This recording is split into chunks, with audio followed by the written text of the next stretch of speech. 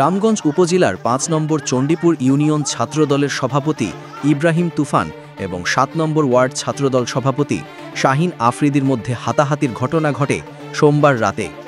ঘটনাটি ঘটে ইউনিয়নের বউবাজার এলাকায় মোশাররফ হোসেনের চায়ের দোকানে।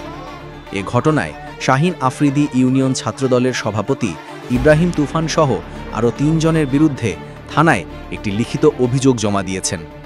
অপর অভিযুক্তরা হলেন একই ইউনিয়নের তামিম, হাবিব এবং রাব্বি হোসেন। অভিযোগ সূত্রে জানা যায়, তুফানের দাবিকৃত চাঁদার টাকা দিতে অস্বীকৃতি জানালে তিনি ও তার সহযোগীরা শাহিনকে আক্রমণ করেন এবং তার কাছ থেকে ১৮,০০০ টাকা ছিনিয়ে নেন।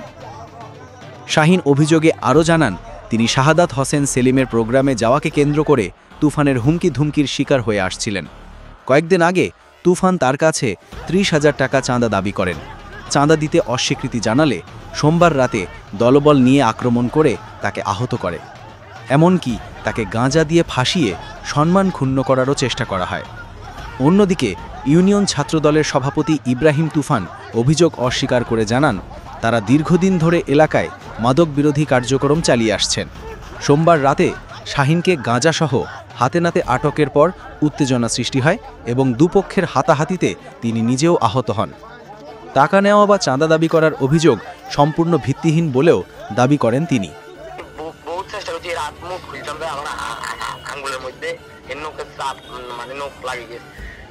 তখন আমি বললাম যে দেখি তোর আছে কি, এটা হে নগদে মাটির মধ্যে সাইডে পানি আসিল, ফেতা ছিল, ফেতের মধ্যে ফালাইতে চাইছিল, আরে ফেতে আর পরে না পড়ে গেছে রাস্তার উপরে এক সাইডে পানি। তারপর তখন আমি লইছি আরে লই কই খুলি দেখে আনসা।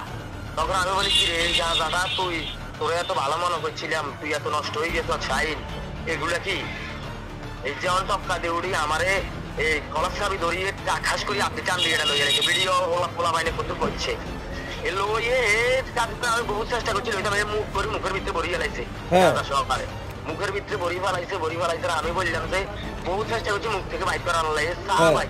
পরে দোকানে যাই পানি আছে না ইয়ে আছে না একটা ওই যে মজনি দট করে গিয়ে খাইলেছে।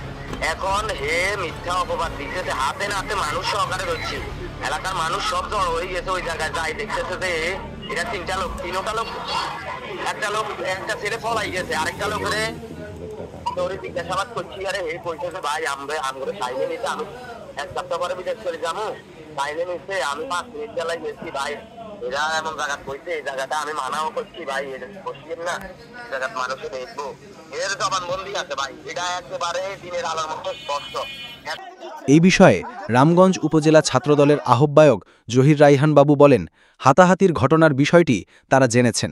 ঘটনাটি অত্যন্ত দুঃখজনক। তদন্ত করে সাংগঠনিক ব্যবস্থা নেওয়া হবে।